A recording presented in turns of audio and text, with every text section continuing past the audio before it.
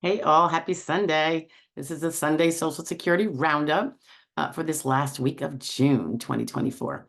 Okay, so what do we have? Going from Monday, which was June 24th, and ending Saturday, the 29th. Okay, so obviously last Sunday, 23rd, we did the Social Security Roundup for that week. I will tack that on in the end in case you missed it. And Monday, okay, yeah, this one was kind of big. It was something that cropped up and I didn't really expect people to be so interested, but it was about the untruth that you have to use your own local office in whatever town you officially live in, or in that the field office that would apply to your town, and you can't go to a different one. And I'm saying that's absolutely false. And I give some of the basis for that. But occasionally you'll have staffers, someone who doesn't really want to do more work, perhaps, telling you have to go to your own. See ya, sayonara. Okay, not true. Tuesday, the 25th, this was, and this was in response to a question. If one has 38 credits and they need to have 40, whether it's for disability or for retirement, do they have to work 6 more months to get those last 2 credits? And we go into whether you have to, whether there's alternatives, and what you can do about it. And there's some better alternatives if the shoe fits. Okay, so that was Tuesday. Wednesday, the 26th. This was a little recap on the grids for the 50 and 60s folks. I'd say 50 to like 64, 65-ish. Just the basics of those grids that would apply to you, and the basics of what you need to know in order to get the proofs you need to show that a grid rule would render you disabled. Because as you know, the grids don't de facto make a 50, 55, or 60-year-old disabled. There's things you have to prove, but what you have to prove changes a little bit. And it's really, they're super, super helpful. I appreciate them, and I appreciate the fact that the grids recognize the general issue we have as we get older with adjusting to other work we've never done before, if we can't do our prior work. Okay, Thursday, the 27th, was that Thursday? Yeah. Yeah, this was in relation to somebody who doesn't have retirement because the habit of writing off every possible expense as a self-employed person, so the taxes would be very, very minimal over the lifetime, rendered the person they never even bought the insurance for retirement. So things to know about that. That's tragic to me. And I say that as a self-employed person. All right, Friday. Yeah, I never did get to the Friday fraud law review. I apologize for anyone who happens to like that quirky stuff. This was an event that had happened recently to my mom, and how she got crazy overbilled with her cell phone bill, and how it was very untoward, and how the company didn't really care. And, getting that excess bill paid was more of a priority. So I go into that, I do a little event. I'll probably make some enemies with that one, right?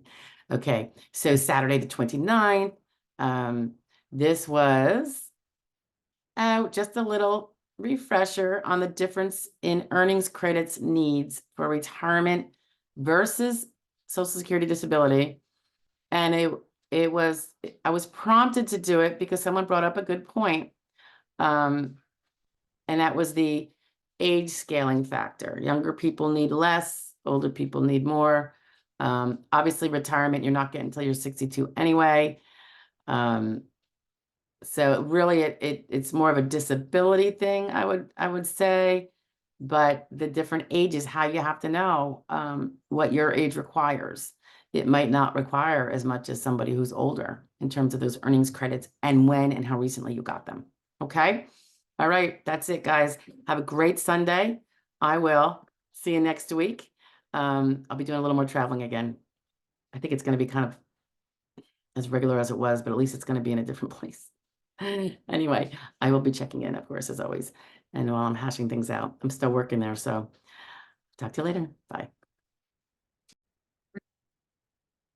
So you just listened to the week's roundup of all 7 days right behind us and what those video tips were. Are you concerned if you didn't necessarily catch the ones from the week prior to that? Don't worry, we're going to attach it right here. Have a great week, guys. Bye. Hey guys, happy Sunday. How about the Sunday Social Security roundup for today? Let's just get it through. This is last week's video shares. Okay, so on Monday, June 17th, we had, this was a basic explanation. It kind of sums up a little bit of what's found in old videos. Since there are always new people coming on board, right? And it's one of the differences between SSD, Social Security Disability, and SSI, Supplemental Security Income. In particular, what are the differences in the amounts? Some people, are new to this and don't know some of those more basic things. So it's kind of titled like a basic must know. So everybody who's already learned that gig doesn't have to worry about it.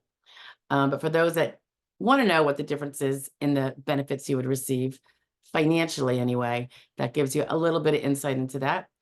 On, I guess that would be Tuesday the 18th. This was just a little event. I do that sometimes in the middle of my day. The SSA field offices have shortened hours and they're not all the same. And there's a lot of when you try to call in. So that would affect not just going to the office, like if you have to do it in person, but it would affect making a phone call apparently. So this was the first of, it happened again. I just didn't feel the need to vent about it again, with a different case out of a different office who had a different early closing time. And I was on hold after already reaching somebody and I got disconnected because the 4 o'clock bell must have hit. Anyway, so this one is about a different one and they had really short hours. Ooh. Anyway, we'll see if that improves if they start getting some decent funding. I don't know. Then the 19th, Wednesday, this was kind of a specific tip to those that have filed for survivor benefits in terms of a widow or a widower benefit, only to realize that maybe they shouldn't have done it when they did it, and that delaying would have resulted in them having a much better later benefit. So we go into that a little bit and what you can do about it if you find that you maybe made a mistake. That was Wednesday. Thursday, oh yeah, this was a fun fact. It doesn't come up a lot, so we don't really see it, and I don't think I've ever mentioned it, but you can have an ALJ award with letter and all, and the inner auditing people, which I think would also include the appeals council, can on its own decide to review it and reverse it if they think that's appropriate. This hasn't happened to me, but I was conferring with a colleague who it happened to, and I can imagine nothing is more frustrating, particularly for the claimant. Not fun for the working rep either, but let's face it, it's all about you guys and getting your benefits. And when that happens, I can't even imagine the frustration. Okay. I think in that case, they remanded it back possibly for a new hearing or flat out. I think they'd have to give a new hearing. I'll have to take a double check on what the different variety of results can be. All right. So that was the 20th, Thursday. 21st, of course, was fraud law review, as we do. And this was someone from another senior. I don't know, these people are losing their value systems in their old age, perhaps, if they ever had them. But it's New Jersey, my old stomping ground. And quite a lengthy scheme of fraud going on for this person. Okay, so we go into that a little bit. Usually we try to touch on what the sentence could be, or if it has been sentenced, what it is, because I'm all about I'm so nosy about the sentencing. All right, so Saturday, this was a little cautionary tale. You know, I'm a big proponent of using your congressperson for certain things with SSA, but one of the things you do not use them for is to try to get them to maybe speed up an ongoing medical review, affect the medical review decision. They're not going to do it, and it would be akin to cheating, you know. Very different from after a long cog in a wheel with no live body breathing and getting back to you on something, and you're not, the next step hasn't occurred and months have happened. That's a different story. That's where you can contact your congressperson, because they can get someone to look to see if the thing fell in the cracks and would sit there forever, but for someone pulling it out.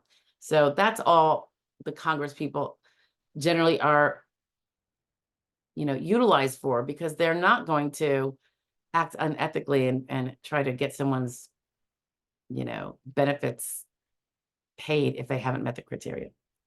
And particularly if it's a medical finding, that's very left up to the people that are trained to do it, whether we like the result or not. We have to, we can't be having Congress people putting their finger on the scale, right? All right, so that's that, guys. That is the week of, what did I say, the 17th to the 21st. Have a great rest of your weekend. Have a great Sunday. Have a wonderful week, and I hope to see you next week. Bye now.